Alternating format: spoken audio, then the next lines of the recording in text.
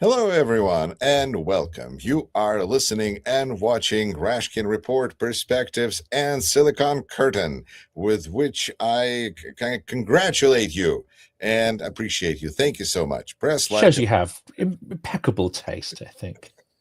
That's right, because it's me and Jonathan and Yuri. Um, Jonathan, how are you doing? I'm okay. Having said that, I always try not to complain because, of course, anyone living in Ukraine is having an infinitely tougher time, especially with the energy infrastructure strikes, etc., and the temperature hitting -20. So that's not particularly pleasant. I was Um, thinking that this would be particularly, because British have a reputation for complaining, and you're absolutely right. There's nothing, when we to go out of like jokes into realm of real weather in Ukraine, that's not funny at all, and it's just highlights to what extent what Putin is doing is on purpose. it's There's on purpose. It's genocidal. I mean, there's no other word for it. That is the intent behind it, and it makes a mockery of the word peace. But I'll be honest, I'm finding, after 4 years of following the Ukraine war and getting, I would say, energy off the idea and the feeling that Ukrainians are not fearful. They're not afraid of Russia, despite the appalling costs. They refuse to be cowed and they refuse to be afraid. And that gives you some kind of energy. What I think really has kind of got to me this year is the lack of pushback, the actual implicit fear of Putin, of Trump, of these global authoritarians in many other countries. And that includes, obviously, in the US and what's happening, and the normalization of what are horrific kind of events, the partial waking up of some of the right-wing podcasters, Joe Rogan in particular, who said, well, what are we, this Gestapo now? There's something to say, okay, people are starting to wake up to the horror of this, those who haven't completely abandoned their empathy.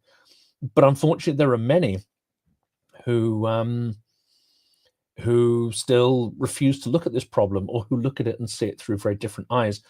That I find very emotionally draining, to see that sort of chaos and the fear and the obeying in advance, which Timothy Schneider talks about. I find that deeply disturbing. It is, and the question is how much of it is real, how much of it is projected, how much of it is propaganda trying to tell us that people are tired of war in Ukraine, when what we're tired is of Russian aggression. But at the same time, the United States is right now in no position to be leading anything.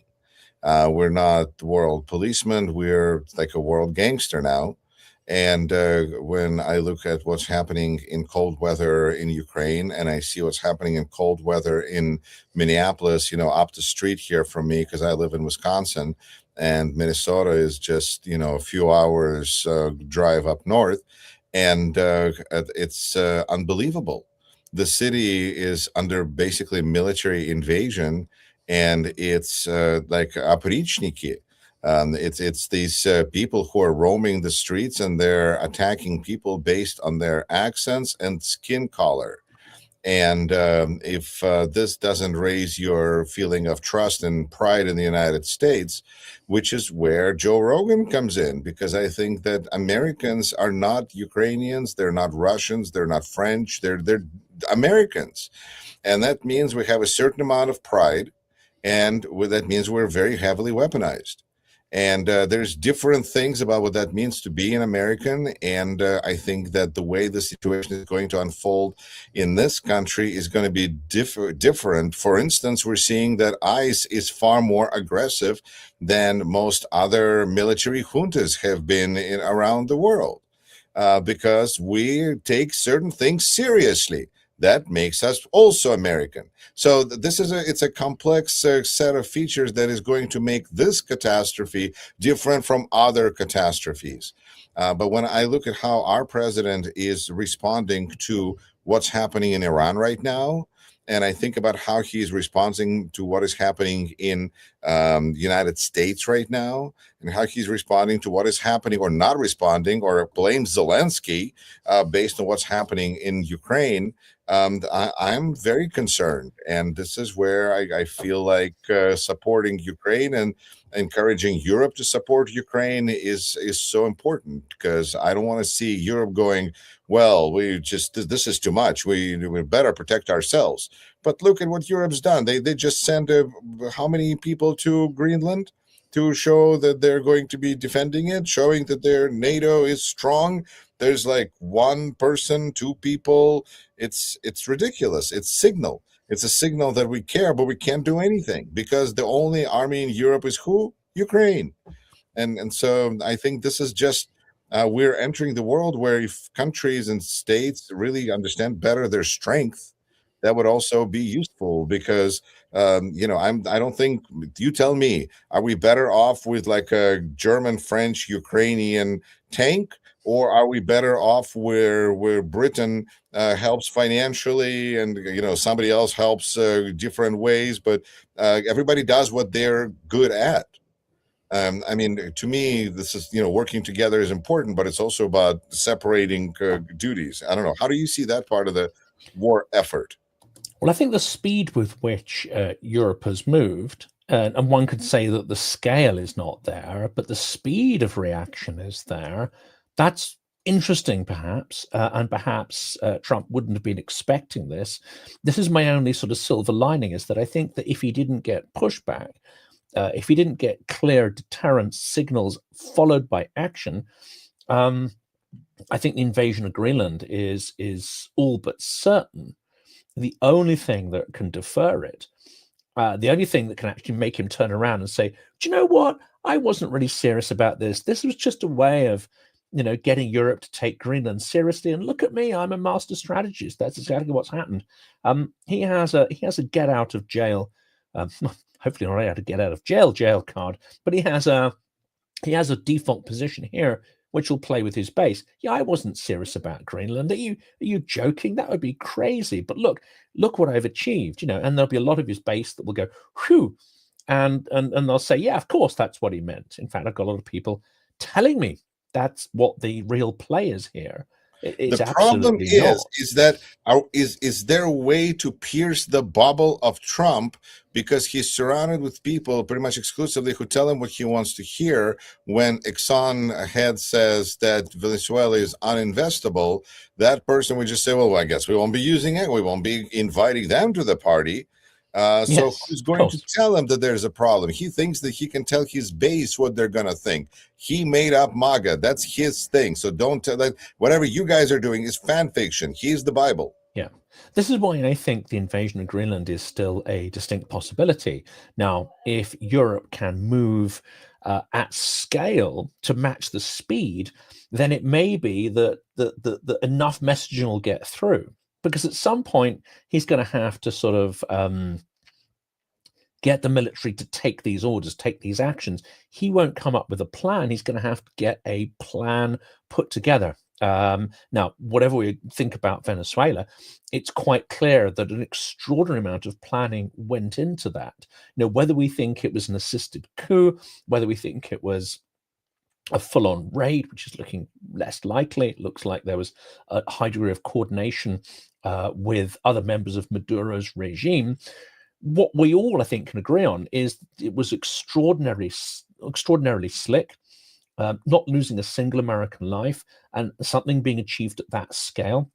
Even if you disagree with the objectives, it was an extraordinary operation, which requires, I would say, incredible coordination with the military and weeks, if not months and months of planning.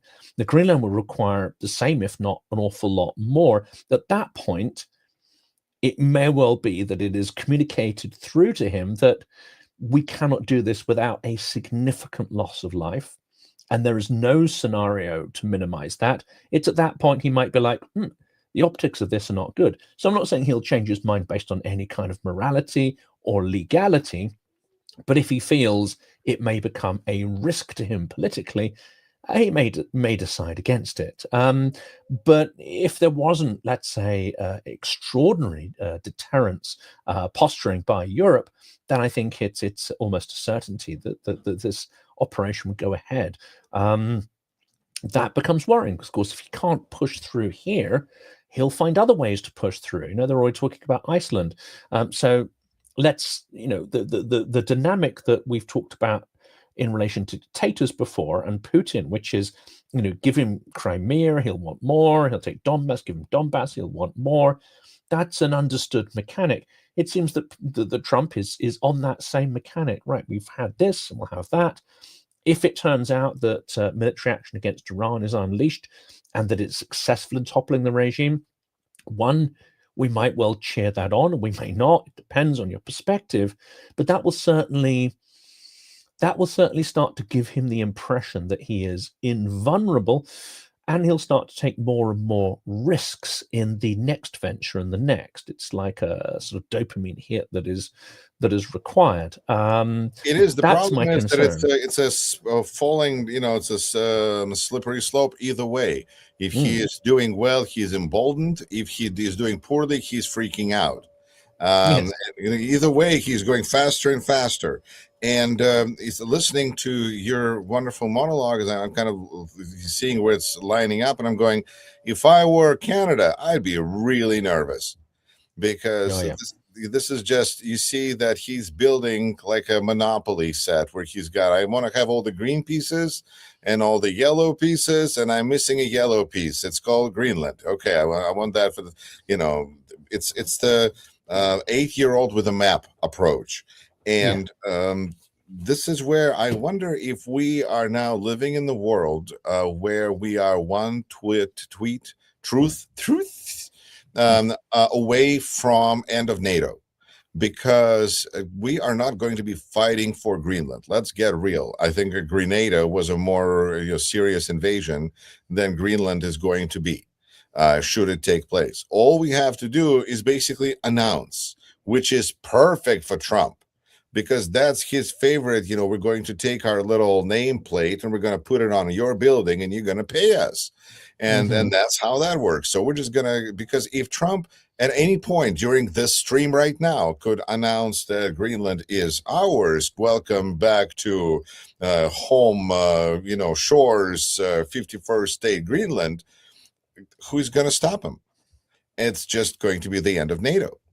And I think that we like, do you feel like we're that close to end of it? Or do you think that at that point, Denmark will say, well, I guess he's just kidding again? I think, and this is maybe on the more extreme interpretation, but there are plenty of analysts who've communicated this to me as well. NATO is essentially done in the perspective of a broad coalition where the support of the US can be assured. I don't think anyone now believes that US support is assured.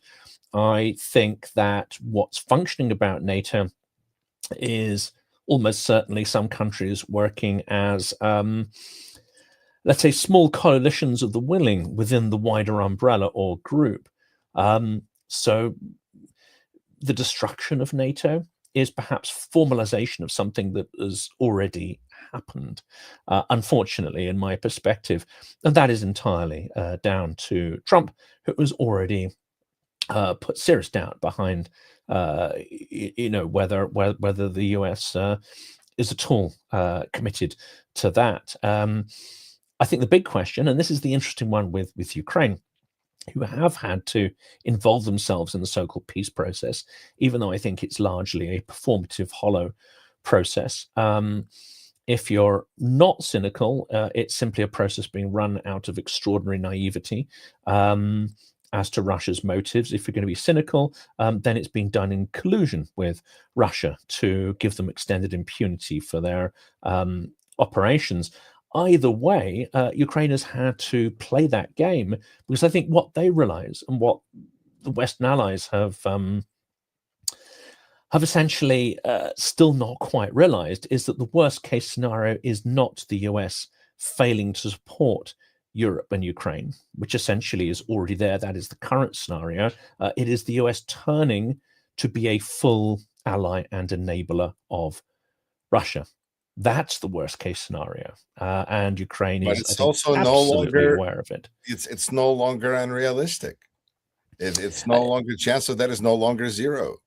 It's absolutely not zero. I would say it's much higher than a few percent. It's in the double digits percentage probability. But there are factions within the regime, and this is where you've got maybe complexity behind the scenes. There are factions within the Trump regime who are absolutely would not be up for that, and who've, what you're seeing, or the foreign policy you're seeing is, and the way it's been flip-flopping around is not just Trump's chaos. It is a reflection of the fact that one faction, gains advantage, and then the other, and then the other, and this constant flip-flopping driven by different factions and their changing influence. Now, there's been something quite decisive, of course, which is one of the key people of the, I would say, pro-reality faction, General Kellogg, has been definitively ousted.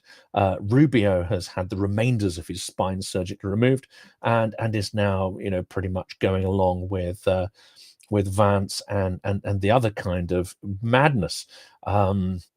They wouldn't see it as madness, but clearly, But that's it what's looks like going on. Rubio has a specific agenda to accomplish here, because He has a neocon agenda. I mean, he wants Iran to be well, toppled. let's be fair to neocons. At least they were trying to spread democracy. Marco Rubio Yes. doesn't care about that. But he does have animus towards Iran. I mean, he's maybe tolerating what he sees as fairly appalling stuff, and he's going to tolerate that because he wants the Iran regime to be toppled. I think there's very little left of his actual framework of, if you say, any kind of I call it ideals, because that's not what they are, but anything that could be looked at as a rational foreign policy objectives. I think the toppling of the Iranian regime is one that he is fixated on. Because it fits in the idea that Trump likes, which is we have action and then we have chaos. We just want to decapitate. We don't want to control. We don't want to be responsible for the whole thing. We just want to put our name tag on it and get out of there. And that works for Rubio, who thinks that he can do a few pivotal punches and then the whole domino is going to fall his way. He thinks that if he can take out Maduro, then Venezuela is going to stop supplying oil to Cuba. Cuba is going to collapse. Then Cuba is going to stop supporting other regimes. They're going to collapse. And then because of all this one thing, that it's like linchpin of this whole worldview.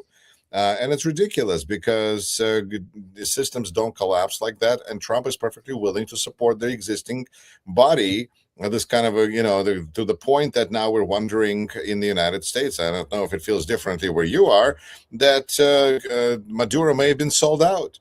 And entirely. Well, it's a done deal, Then who could be next? Anybody, because anybody has a bunch of people around them who don't like them, especially dictators. You have to think in mafia terms, which is, if you have a bunch of guys, you want to do business with one is particularly strong. This is the Russian tactic. What do? Do you align with the strong one? No, you don't, because you don't control them. You work with the other faction to take the strong one out. And then if the one that you enable and empower starts turning into trouble, then you pick their nearest opponent and you work with them to take out the next strongest one.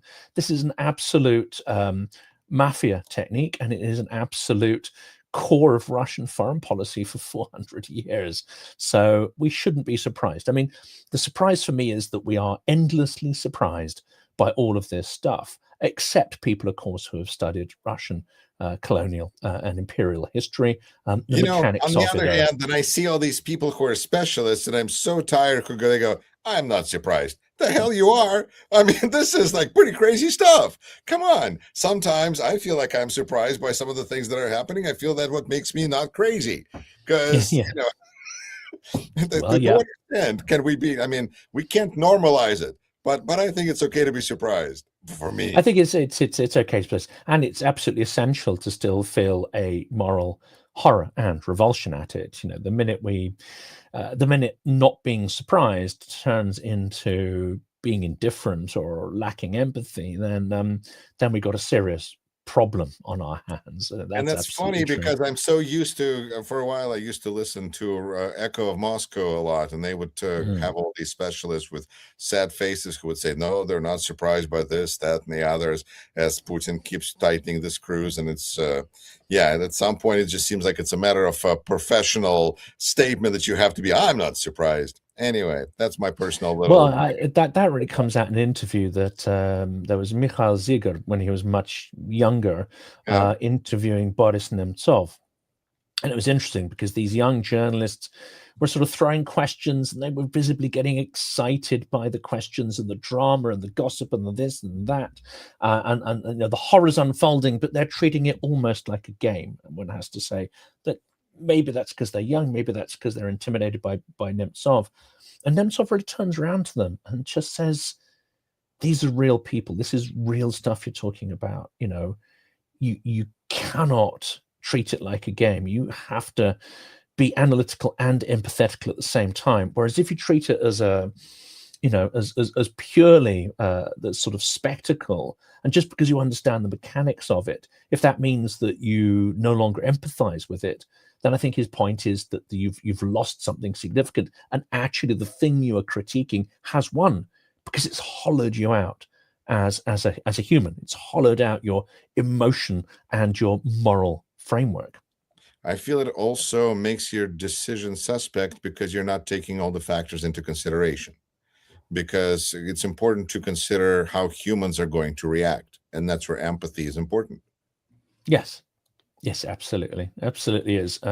Without that empathy part, I think then taking action becomes difficult. And that's what we've seen the Russian opposition fall into. They've essentially become sort of media people. And I think that's okay when you have sort of Nikol Naki and Plushev, because they were journalists to start with. That is their profession. And actually, both of them have retained, I would say, a component of moral outrage that informs their reporting. But a lot of the Russian opposition have gone from being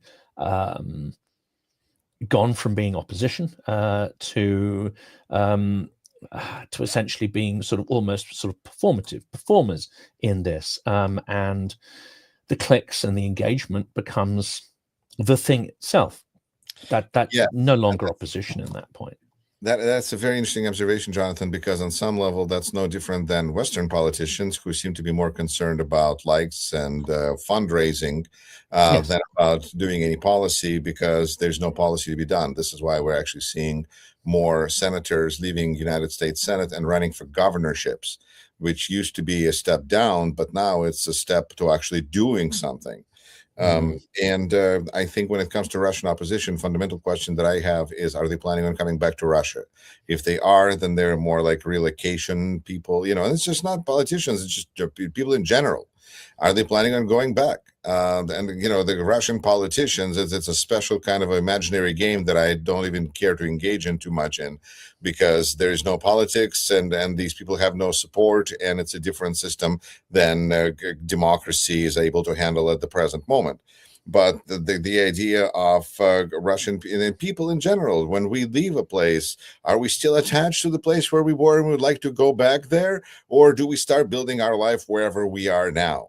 And for a lot of these people, especially intellectuals, especially political, their audiences are back there. This is where their bread and butter is, and it's interesting to watch how periodically they kind of self disclose in the end. It becomes a when they open up and they make a statement one way or another that supports their pro Russian attitude. And it may be not pro-Russian state, but it's just pro-Russia because they feel like that's where the electors are. That's where the electorate Oh is. yeah.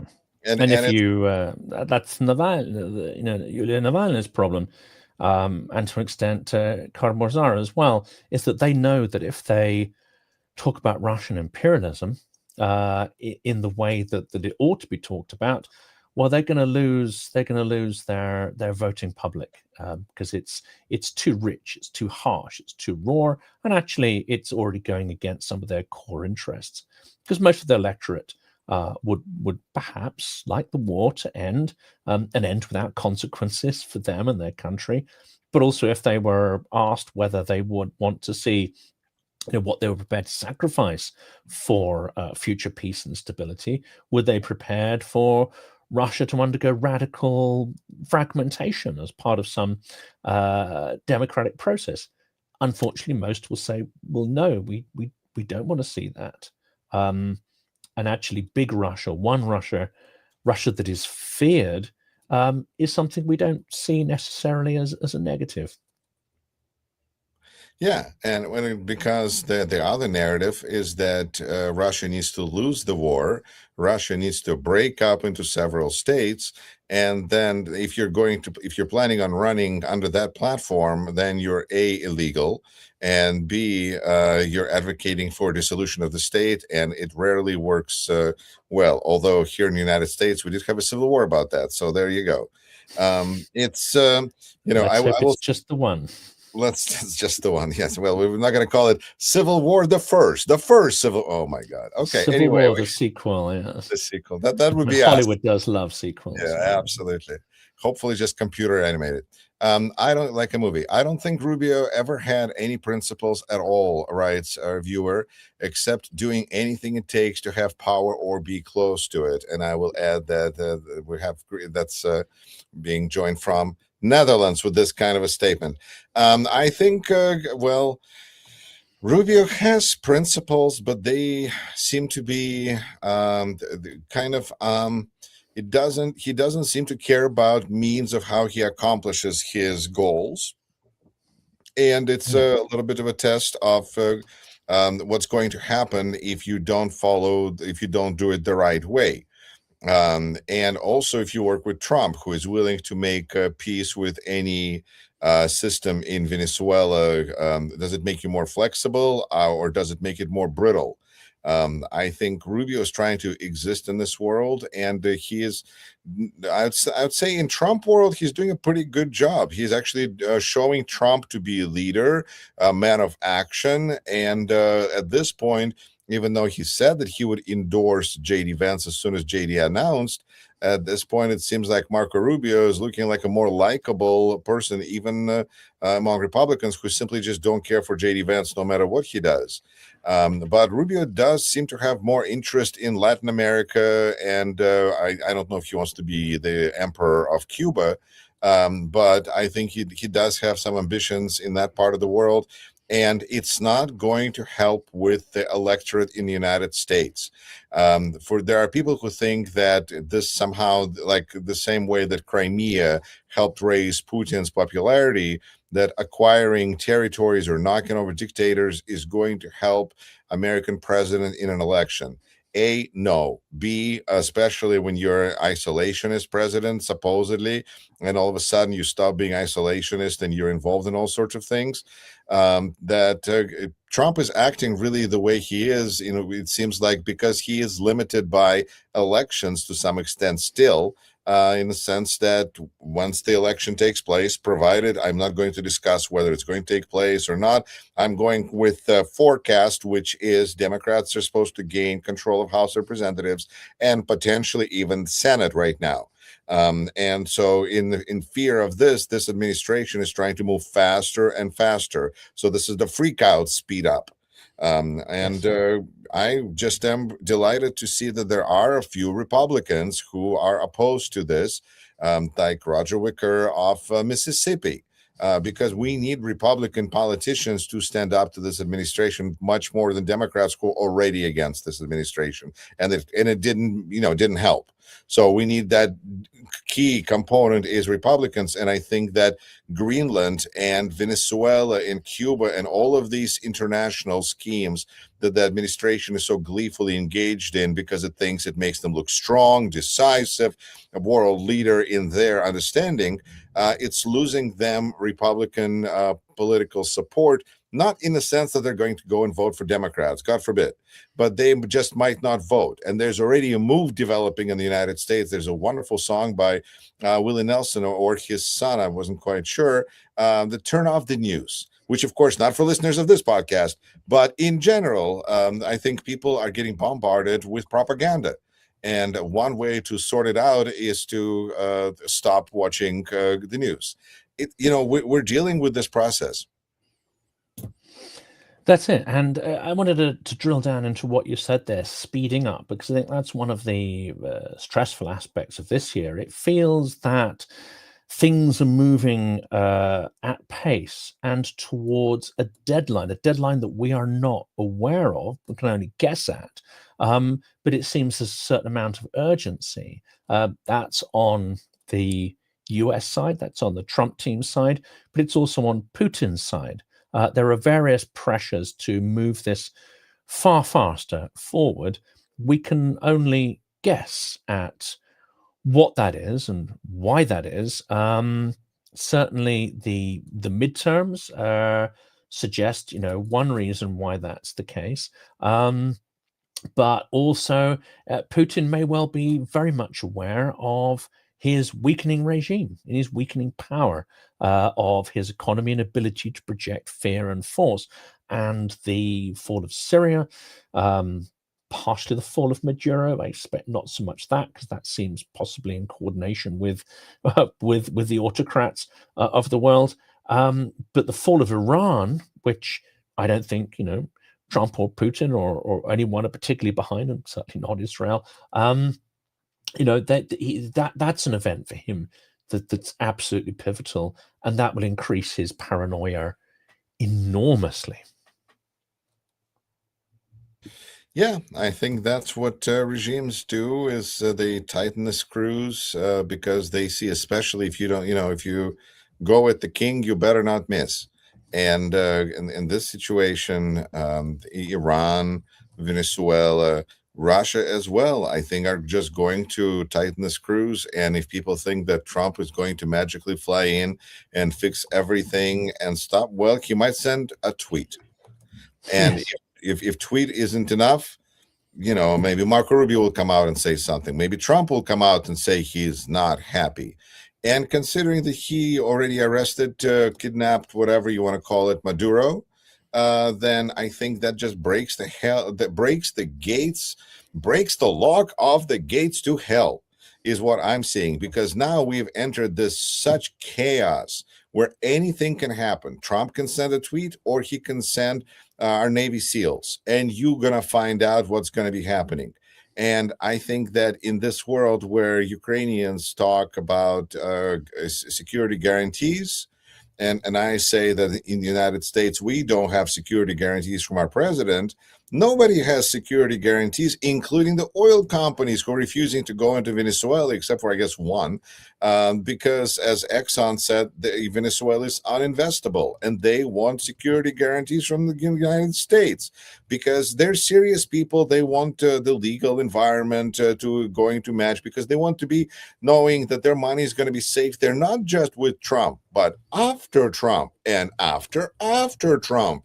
And that's the kind of security guarantee that people who have money to invest are looking for. And what is Ukraine supposed to do in this situation where people who have just money on the line, only money on the line, are being that skeptical of this president? Yeah. And this is it. And this is one of the fears, I think, because people constantly think, well, if we get through this, if we get to this point and that point, things will improve. If we get to the end of the war, everything will be fine. If we get to the midterms and we get through it and we have big Democrat win, everything will be fine.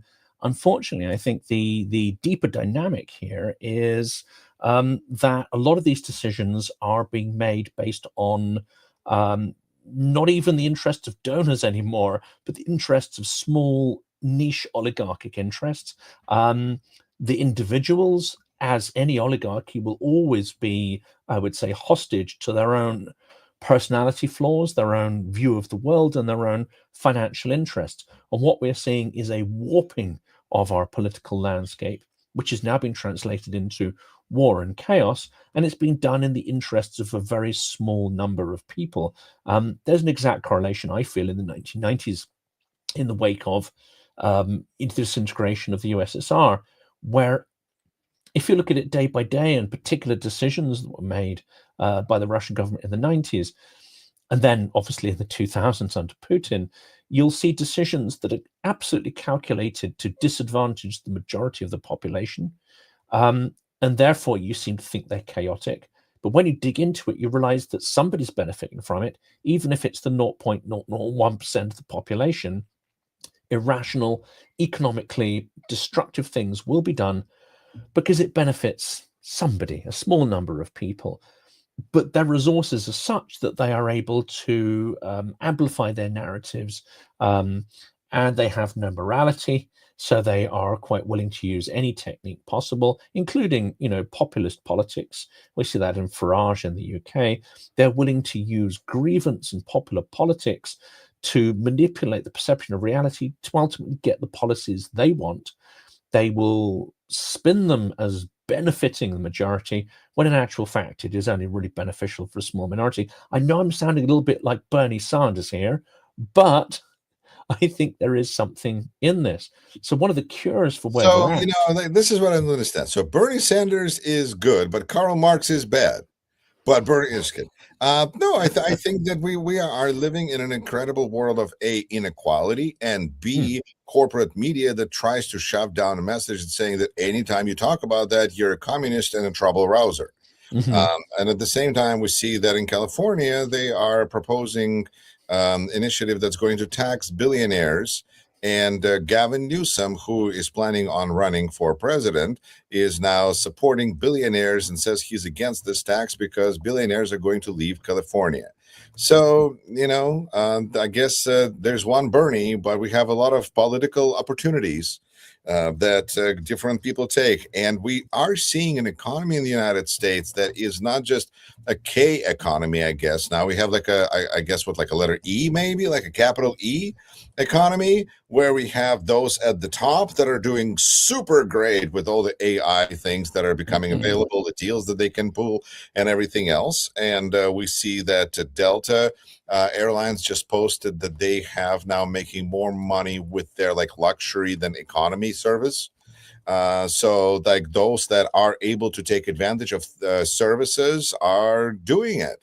And then there's the middle class that's kind of like coasting. And then you have the lower class that is getting poorer and poorer and poorer and going down. So we are seeing like a really split of society, and this is obviously unsustainable, which is, I think, is becoming maybe the word of the day for me, because that was something that I heard Mayor of Minneapolis say, Mr. Frey, I think, that the situation is unsustainable. And I feel like it kind of describes a lot of what we're seeing today. It is, and the only way out of it is to consciously go back to a world and a political structure which is focused on, one, reducing inequality, two, maximizing the sense people have of responsibility for their lives. And to my mind, that means devolution of political powers to local levels, to communities, so people actually have responsibility. So when things go wrong, they don't look to blame everybody else except themselves. And what you need, I think, is a system that makes it its core tenet, going back to Adam Smith, to tackle monopolistic practices and to break up, I would say, oligarchic owner of information sources and platforms, including media. And people say this sounds like a communist interventionist agenda. I actually think this is a purely capitalist agenda, because if you go back and look at some of the philosophical works around capitalism, especially in the 18th century, when this was being hotly debated, the role of government, and it was understood then that monopolies of power, monopolies of wealth, are a natural tendency, actually, of capitalism. They're emergent property from systems that are free and productive. They have this tendency to clog like arteries. So the role of government is to keep that level playing field, is to declog and create regulatory frameworks that stop these little clots forming in the blood supply. What we've had since, I think, Reaganite and Thatcherite policies is a belief that market forces can self-regulate and reduce these clots. Well, I'm afraid the evidence shows that that's not the case at all. Dean writes to us and says, every U.S. presidency has had an event that overtakes them, ergo COVID, with Trump 1. Trump 2 is like a gerbil on an exercise wheel. whatever your team, there's a sense of desperate urgency. Yeah. No, I'm still not getting urgency around this, and yet I'm sensing real urgency on the part of the authoritarians and the authoritarian slide. And this is What do why I you think, think about the possibility that economic pressures, not on people, but like bond markets, things that are connected with the criminal investigation of Jerome Powell, head of our well, Federal Reserve, which is supposed to, he came out, gave this like a hostage video yeah, statement that, yes, and they're we see, keeping me in the basement of the ballroom, right? That's the ballroom is going to be built up from the basement prison. Perfect. That's good I to know. mean, that's.